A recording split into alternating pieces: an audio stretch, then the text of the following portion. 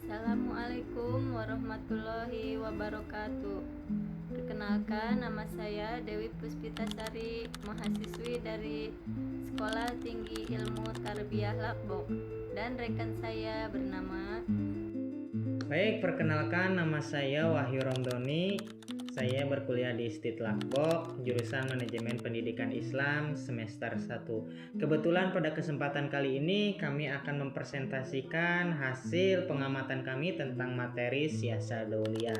Dan pada kesempatan kali ini saya akan menjelaskan di channel Primateri.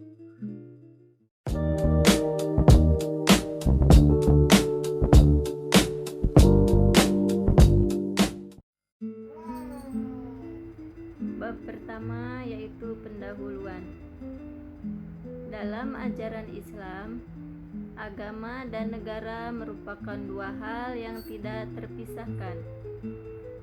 Islam tidak hanya mengatur hubungan antara manusia dengan Tuhannya, tetapi juga hubungan antar manusia dalam skala global. Siasah Dauliyah hadir sebagai instrumen hukum dan politik yang mengatur bagaimana sebuah entitas politik Islam berinteraksi dengan bangsa lain, baik dalam keadaan damai maupun perang. Rumusan masalah. Apa pengertian dan dasar hukum siasah dauliyah? Yang kedua, apa saja prinsip-prinsip utama dalam siasah dauliyah? Dan yang ketiga, bagaimana implementasi siasah dauliyah dalam konteks modern? Bab seterusnya yaitu pembahasan. Pengertian siasah dauliyah. Secara etimologi, siasah berarti politik atau pengaturan, sedangkan dauliyah berasal dari kata daulah yang berarti negara atau kekuasaan. Siasah dauliyah adalah bagian dari fikih politik yang membahas tentang aturan dan hubungan antara negara Islam dengan negara lain. Ruang lingkupnya mencakup perjanjian internasional atau muahadah, etika peperangan atau syiar, diplomasi dan kedaulatan negara. Dan untuk selanjutnya akan dibacakan oleh rekan saya Wahyu Romdoni. Kepadanya dipersilahkan. Dalam meletakkan pondasi yang kuat, Islam ini memiliki hubungan internasional agar terciptanya keadilan. Yang menjadi prinsip-prinsip dasar siasah dauliyah ini meliputi beberapa hal, teman-teman. Ada al-adalah, ada al-musawalah, kemudian al-silam. Dan semua itu memiliki arti masing-masing. Al-wahdah adalah kekuatan manusia, yang artinya memandang bahwa seluruh manusia itu berasal dari asal-usul yang sama. Kemudian al-adalah ini adalah keadilan. Keadilan kewajiban yang berlaku kepada siapapun, bahkan musuh sekalipun. Artinya, semua harus berperilaku adil. Kemudian al-musyawarah. Al-musyawarah ini artinya persamaan. Tidak ada yang diskriminasi kepada siapapun, bahkan kepada musuh sekalipun. Artinya semuanya sama. Kemudian al-silm. Al-silm ini merupakan perdamaian. Perdamaian yang merupakan landasan utama supaya apa?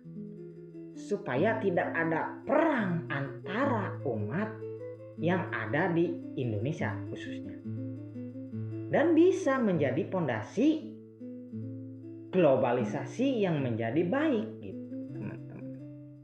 Kemudian wafa bil had. Wafa bil had ini menepati janji atau kewajiban menghormati perjanjian internasional yang telah disepakati. Artinya, apabila kita memiliki komitmen dengan negara lain, harus segera ditindaklanjuti atau ditepati.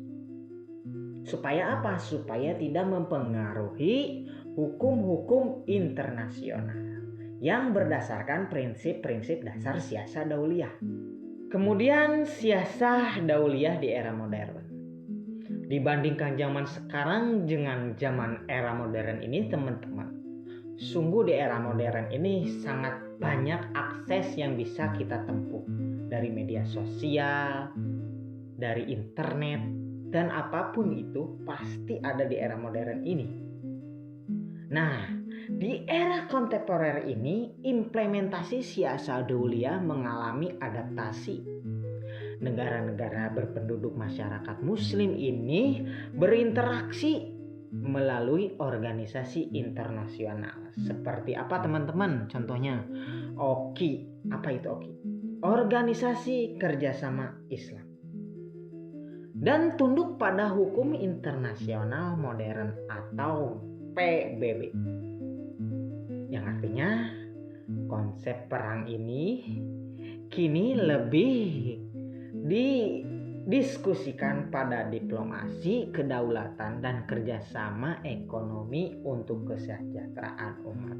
Artinya PBB ini sudah secara umum sudah terklarifikasi bahwa itu real. Aturan-aturan yang dibuat itu ada dari berbagai aturan-aturan di negara.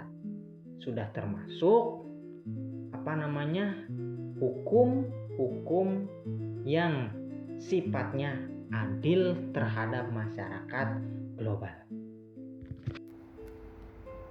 Bab yang terakhir adalah kesimpulan.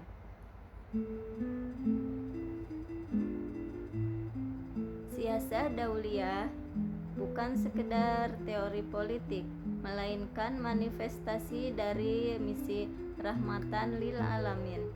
Esensinya adalah membangun ketertiban dunia yang berlandaskan moralitas, penghormatan terhadap hak asasi manusia, dan kepatuhan terhadap kesepakatan bersama. Baik, terima kasih kepada rekan-rekan sekalian dan sahabat Primateri telah menyaksikan video ini sampai selesai. Dan apapun yang kami berikan ini merupakan simpulan dari pengamatan kami tentang siasah dauliyah. Dan semoga yang kami berikan kepada rekan-rekan sekalian bermanfaat bagi kita semua.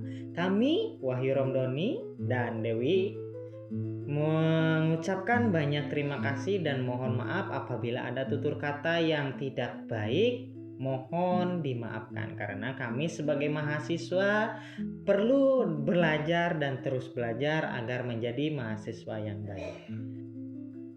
Kami pamit memundurkan diri. Wallahul muwaffiq ila aqwamit thoriq. Wassalamualaikum warahmatullahi wabarakatuh.